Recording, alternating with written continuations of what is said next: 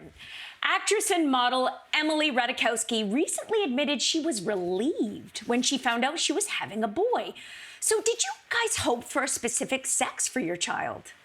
You know, I didn't, and I have 2 lovely children. I have 1 of each. I will say that the first baby, I was a little freaked out when I heard I was having a boy because I was such a girly girl growing up. Not to be so binary, I'm just telling my story and my truth.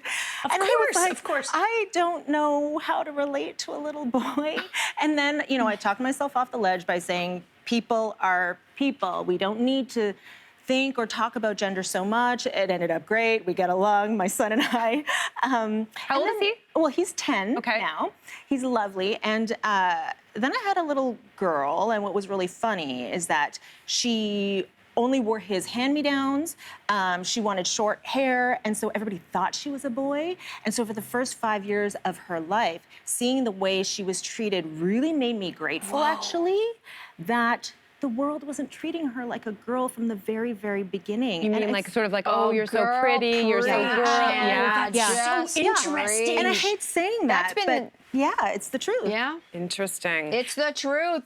I have a daughter, and I'll tell you something that was always going to be my fear. Listen, I think anytime you know you're expecting a child, I think all parents probably are going to be terrified at some point. But then when I dug a little deeper, particularly having a girl, I always thought I was having a boy. I felt like I had boy energy, but I had a genetic test at 10 weeks pregnant because I was advanced maternal age. So, of course, I just wanted to make sure everything was okay. And you inadvertently can also discover sex. And so we discovered we were having a girl who is now identifying as a girl. And so initially, I'll tell you something, I froze.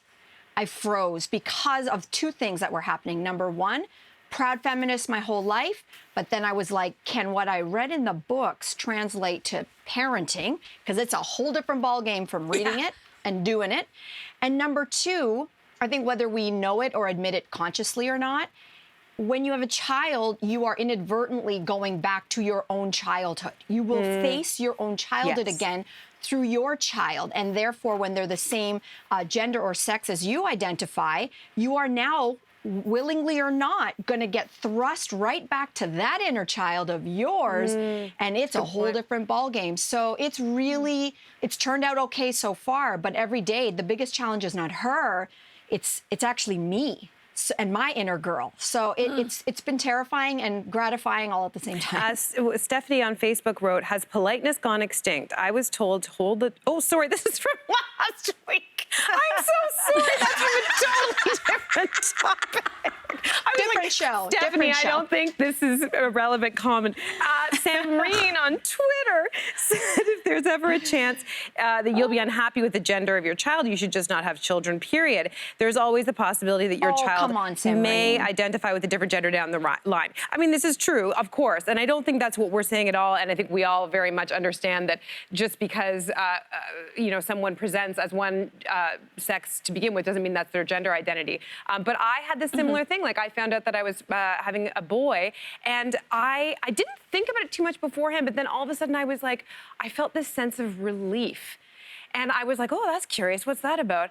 And then I thought to myself, well, it's probably because I had a lot of ambivalence and anxiety about becoming a parent. I wasn't sure I was going to be a very good mom. I wasn't sure about a lot of things. And I thought, well, at least like boys need their dads. I know I'm stereotyping. I know none of this is necessarily true.